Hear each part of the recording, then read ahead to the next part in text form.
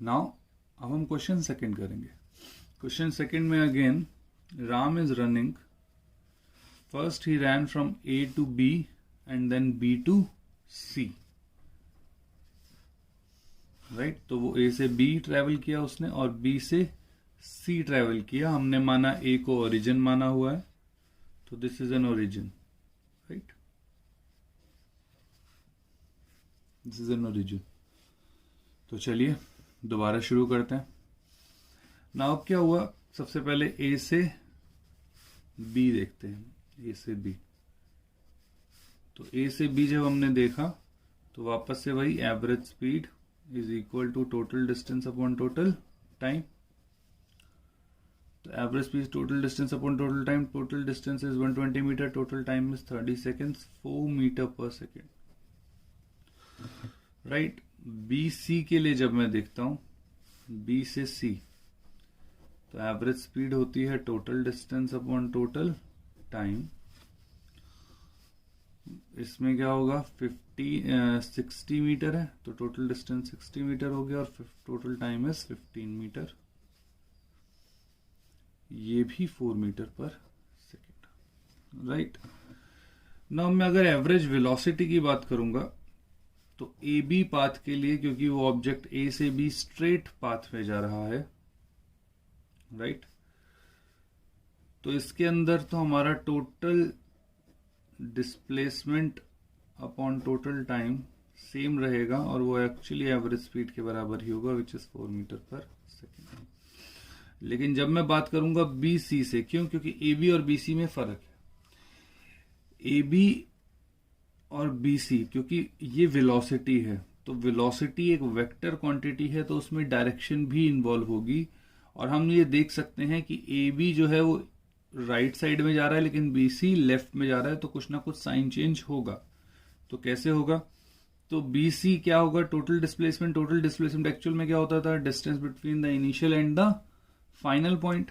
अगर मैं इसको ओरिजिन लेता हूं तो ये वाला पॉइंट जो होगा वो क्या 120 मीटर होगा और ये वाला पॉइंट होगा 60 मीटर। तो टोटल डिस्प्लेसमेंट क्या होता है, फाइनल पॉइंट या final position minus initial position divided by total time. B से सी अगर हम देखते हैं तो फाइनल पोजीशन हमारी है 60 मीटर की, जबकि इनिशियल पोजीशन जो है वो है हमारी 120 मीटर और टोटल टाइम हमारे पास है 15 सेकेंड्स। तो अगर आप देखें तो यहां पे आएगा -60 बाय 15 -4। तो average velocity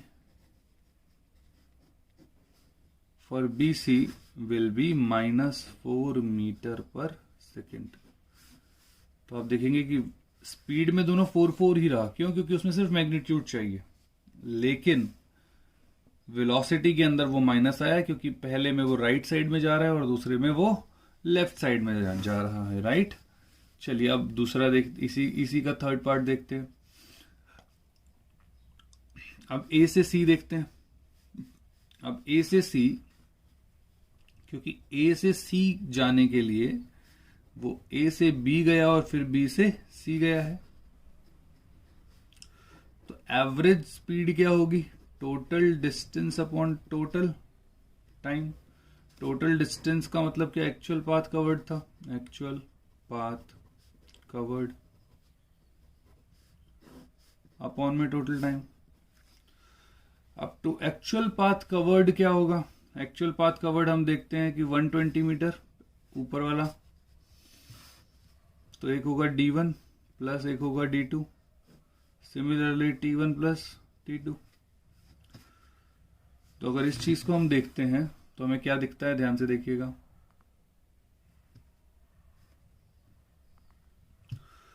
D1 plus D2 upon में T1 प्लस T2।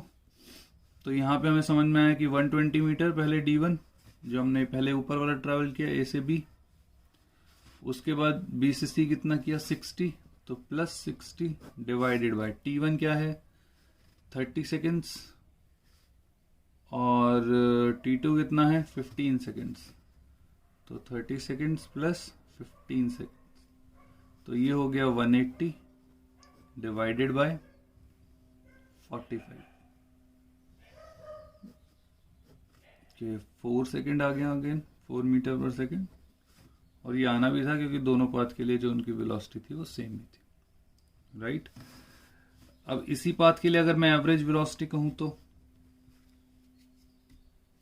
इसी पाथ के लिए मैं अगर एवरेज वेलोसिटी कहूं तो एवरेज वेलोसिटी क्या होगी, क्योंकि ए से सी के लिए बात हो रही है, ए से सी में इनिशियल पॉइंट वापस से एवरेज स्पीड की एवरेज वेलोसिटी क्या होती है, average velocity for A C, right, for A C. तो average velocity for A C कितनी हो जाएगी, total displacement upon total time. Total displacement क्या होगा, final position minus initial position upon में total time. Final position is 60 metre, initial position मैंने origin माना है A 0 divided by total time which is 30 plus 15, तो ये हो जाएगा 60 upon 45 and come out to be 4/3 metre per second. क्योंकि average velocity ने 4/3 निकाला क्योंकि उसे सिर्फ ए से सी जाने की वो देखना चाह रहा है। एक्चुअल पाथ है ए से बी फिर बी से सी और उसमें टोटल टाइम इतना लगा है, लेकिन एवरेज वेलोसिटी क्या बता रही है कि भाई डिस्प्लेसमेंट जाने के लिए अगर उसे यहां से यहां जाना होता तो कितना टाइम, उसे कितनी स्पीड लेनी होती। क्या आप लोगों को क्लियर है? इसी के अंदर अगर हम देखें तो नेक्स्ट पाथ आएगा ए से वापस ए तक। अब देखेंगे मैंने तीनों के लिए डाटा दे रखा है, तो ए से वापस ए घूम के वो आ रहा है, तो ए से वापस ए में क्या हो रहा है, वो ए से बी जा रहा है, बी से सी जा रहा है और सी से वापस ए पे आ रहा है। ये सब अगर हो रहा है तो अब इसके लिए जो एवरेज स्पीड होगी वो क्या होगी, तो average speed is total distance upon में total time. Total distance is actual path covered, actual path covered upon में total time. Actual path covered अब यहां पे अगर आप देखेंगे तो 3 है, D1, D2 और D3 अपॉन में T1 plus T2 plus T3। अच्छा, D1 का अगर मैं आसान भाषा में आपको मतलब समझाऊं तो D1 मतलब मैं AB बोल रहा हूं, D2 मतलब मैं BC बोल रहा हूं और D3 मतलब मैं CA बोल रहा हूं। सिमिलरली T1 की अगर मैं वैल्यू रखूं तो T1 जो पाथ मतलब टाइम जो इसके अंदर ले रखा है तो इसको मैं भी सिर्फ T1 ही बोलूंगा, या T1 time from A to B, time from B to C plus time from C to A, ये मैं कहना चाह रहा हूं, राइट। किसी बच्चे को ये ना लगे कि D1, D2, D3 अब कहां से मतलब अचानक अपने आप लेते रहते हैं। तो अब 120 प्लस 60 प्लस 60, टाइमिंग कितनी 30 प्लस 15 प्लस 5, तो कितना हो गया 120, ये 240 हो गया और ये कितना हो गया 50। 0 से 0, 5 से करेंगे 5 4 जा 20.8, 4.8 मीटर पर सेकेंड हमारी एवरेज स्पीड हो गई। अब एवरेज वेलोसिटी क्या होगा, टोटल डिस्प्लेसमेंट अपॉन में टोटल टाइम। तो टोटल टाइम जब हम देखते हैं तो क्या होगा, तो एक्चुअल पाथ वही distance between the initial and the final point, लेकिन हम देखते हैं कि इनिशियल और फाइनल क्या दोनों पॉइंट सेम ही है, तो जो टोटल डिस्प्लेसमेंट होगा क्योंकि वो होता है final point,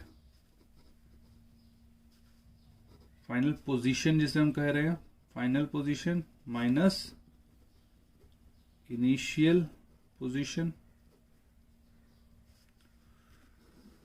divided by total time. लेकिन इनिशियल और फाइनल पोजीशन दोनों सेम है तो वो 0 होगा, और जो टाइम निकलेगा, टाइम तो कितना था हमारा 50, लेकिन किसी के नीचे अगर ऊपर 0 हो तो वो 0 ही रहता है। तो average velocity is 0 metre per second. Thank you for watching our video. Please keep commenting कि आपको वीडियोस कैसे लग रहे हैं, और नेक्स्ट वीडियो आने तक लर्न करें, लाइक करें, शेयर करें और सब्सक्राइब करना ना भूलें। बेल आइकन बटन दबाएं और दोस्तों में हल्ला गाएं।